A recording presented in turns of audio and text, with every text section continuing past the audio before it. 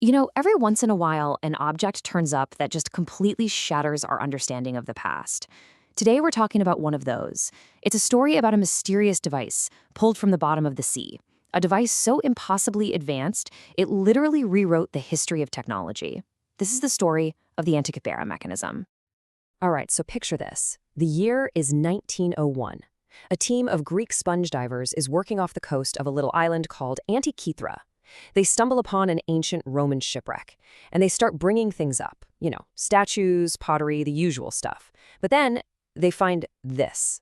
Just a corroded, kind of ugly lump of bronze. For decades, nobody thought much of it. It was just another piece of wreckage.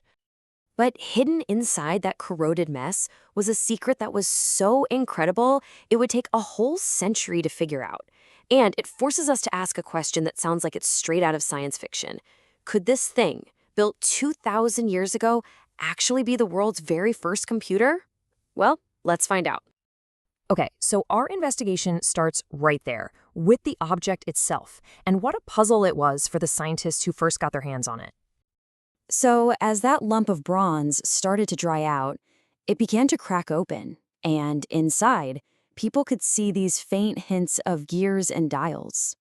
But for more than 50 years, these 82 fragments were just a total enigma. Seriously, nobody in the ancient world was supposed to have technology like this. It just shouldn't have existed. The first big break in the case didn't actually come from studying the gears themselves. Nope. It came from the incredibly faint text that was etched right onto its corroded surfaces. It took modern imaging technology to really see what was going on.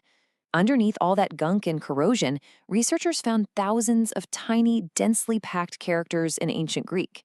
And to get this, they were basically a user manual for a clockwork universe, explaining what the machine did and how to read its dials. And these inscriptions, they gave us our first huge clue. Researchers spotted these specific symbols, these glyphs, like an H for Helios, the sun, and a sigma for Selene, the moon. And they were right next to markings on a spiral dial. It all clicked into place.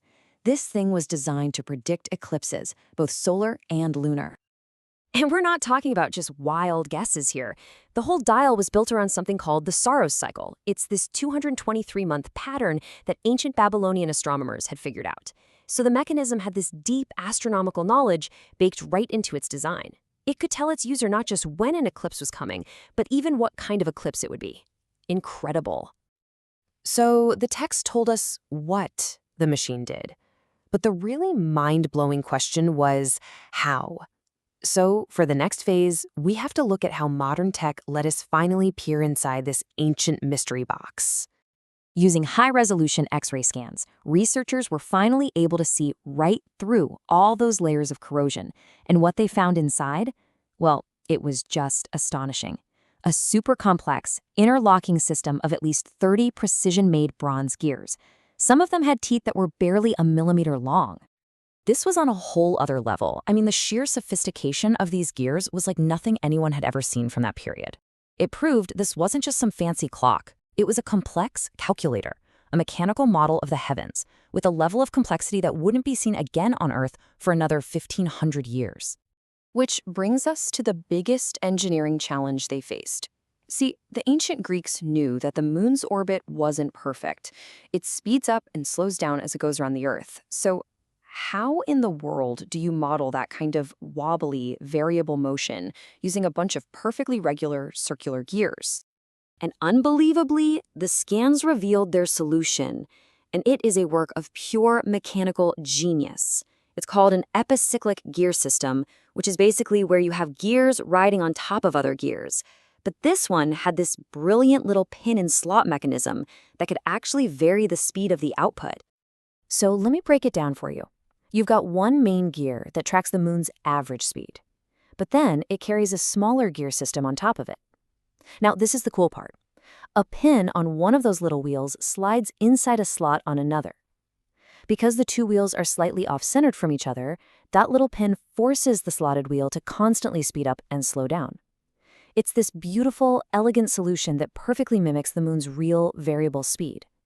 So once researchers unlocked that core idea, The whole absolutely breathtaking picture of what this device could do started to come into focus. And believe me, it was about way more than just the sun and the moon. And you know what's wild? We actually have historical texts that back this all up. The famous Roman orator Cicero wrote about a similar bronze machine built by the legendary Archimedes, and he describes it as a device that could model the motions of the sun, the moon, and, wait for it, all 5 of the planets known back then. And we don't just have to go on Cicero's word. More analysis of the inscriptions on the mechanism itself confirmed everything. The text clearly describes a model of the cosmos, with the sun, the moon, and all 5 planets, Mercury, Venus, Mars, Jupiter, and Saturn, the whole shebang. And so, here it is. After all that detective work, using all the evidence from the gears, the text, and the historical records, this is what they believe the Antikythera mechanism looked like. A beautiful, complex, and totally revolutionary device. This is the world's first analog computer. But this leaves us with one last massive question. I mean, if the ancient Greeks had this kind of incredible technology, where did it all go? Just look at this timeline. It really puts the scale of this mystery into perspective. The machine was built around 150 BC, it sank on that ship less than 100 years later, and then just nothing. The knowledge, the skill to build something this complex just vanished from history. It didn't reappear until the giant astronomical clocks in 14th century Europe. That's over 1,500 years later. So let's just quickly recap the big points here. The Antikythera mechanism was an ancient Greek analog computer of absolutely staggering sophistication. It used complex gearing that was once thought totally impossible for that time to model the cosmos, predict eclipses, and track the sun, the moon, and the planets. And maybe the most incredible thing of all is that it represents this whole branch of technology that was completely lost to history, not to be seen again for a millennium and a half. And that's really the thought I want to leave you with. Finding this one single object completely changed what we thought was possible in the ancient world.